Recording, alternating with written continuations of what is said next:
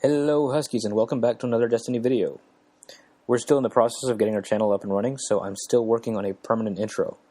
What you saw there is what I think will be our profile picture from now on, so please pardon our dust while we get settled into this Destiny community. But apologies are not why you're here. No, today we're going to talk about the gun that you just got, or someone on your fire team just got, called the Aegis of the Kell. It's a legendary pulse rifle that has two versions to it. Version 1 can be bought from Varix for a weapon core or through Judgment's Chance. Version 2, which is the version you'll see me using, is dropped randomly by Skolas after you defeat him. What makes version 2 so special is the random elemental burn that it comes with. Mine in particular came with Void Burn, which is excellent because Word of Crota and Atheon's Epilogue are both too short range for my playstyle. So I was really excited to get this. But was it worth the grind to try and get one? Let's start with the stats. Aegis of the Kell has a base stability of 73. Compare that with Red Death's 66, the Messenger's 59, and the Hopscotch Pilgrim's 59. It's pretty solid for a pulse rifle. It has an impact of 7 compared with Red Death's 26, Messenger and Hopscotch Pilgrim both at 30. The base range is 28, with Red Death at 33, Messenger at 59, and Hopscotch Pilgrim at 45. But what really makes this gun special is its stability. It has a base stability of 68, but can be up to 92. Compare that with Red Death's 37, Messenger's 59, and Hopscotch Pilgrim's 68.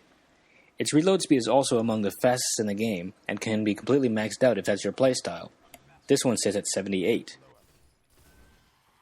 This is probably to make up for the low magazine size of 21, which can also be improved to 30. Now onto the perks. You have your basic scopes, but then you have your first perk of Rangefinder, which increases range when you aim down the sight.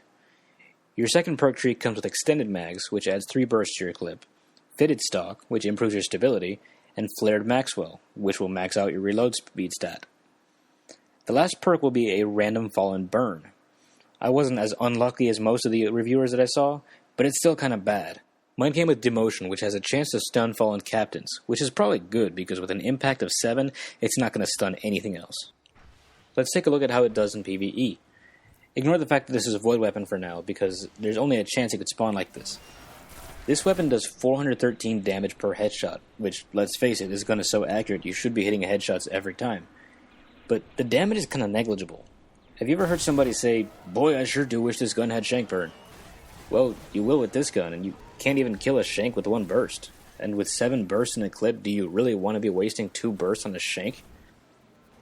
Against Majors and Ultras, this weapon was doing 207 damage. Multiply that by 3, and in a full burst you're doing 621 damage. Now take a look at what I was doing to this guy with Atheon's Epilogue to compare.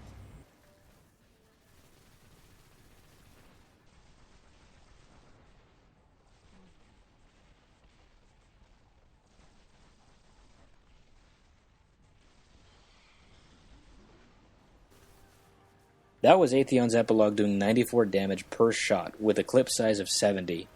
Want to do the math? Congratulations, Aegis of the Kell. You're a bigger joke than Atheon's Epilogue, and that's saying something. To its credit, the range on this gun is incredible. I could hit targets in the head from obscene ranges one could expect from a low rate of fire scout rifle. If that's your playstyle, who knows? You may actually like this weapon for PvE. However, there is still PvP to worry about. Granted, this is intended to be a PvE weapon anyway, and it shows in the Crucible. It takes a solid 3 to 4 bursts to kill an opponent, and that's if you get mostly headshots. This weapon does 27 damage to the head and 18 to the body, which is fairly pathetic. I found myself losing so many fights that I felt I would have won with Red Death or the Messenger. This gun does do better in bigger maps, however, because of its range, but it's nothing that you can't already build with the Messenger or Hopscotch Pilgrim. To make things worse, you can't reforge this weapon, so you really can't build it up or find the perfect set of perks for PvP, because it's just not meant for that.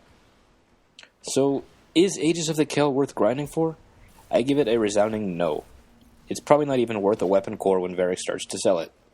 But that's just me. Do you have better experiences with this weapon? Did you get lucky and get a better set of perks? Let me know in the comments. This has been Julian from House of Huskies. If you enjoyed this video, please subscribe to let me know that you want more. Thanks for watching, and all hail the Husky Queen.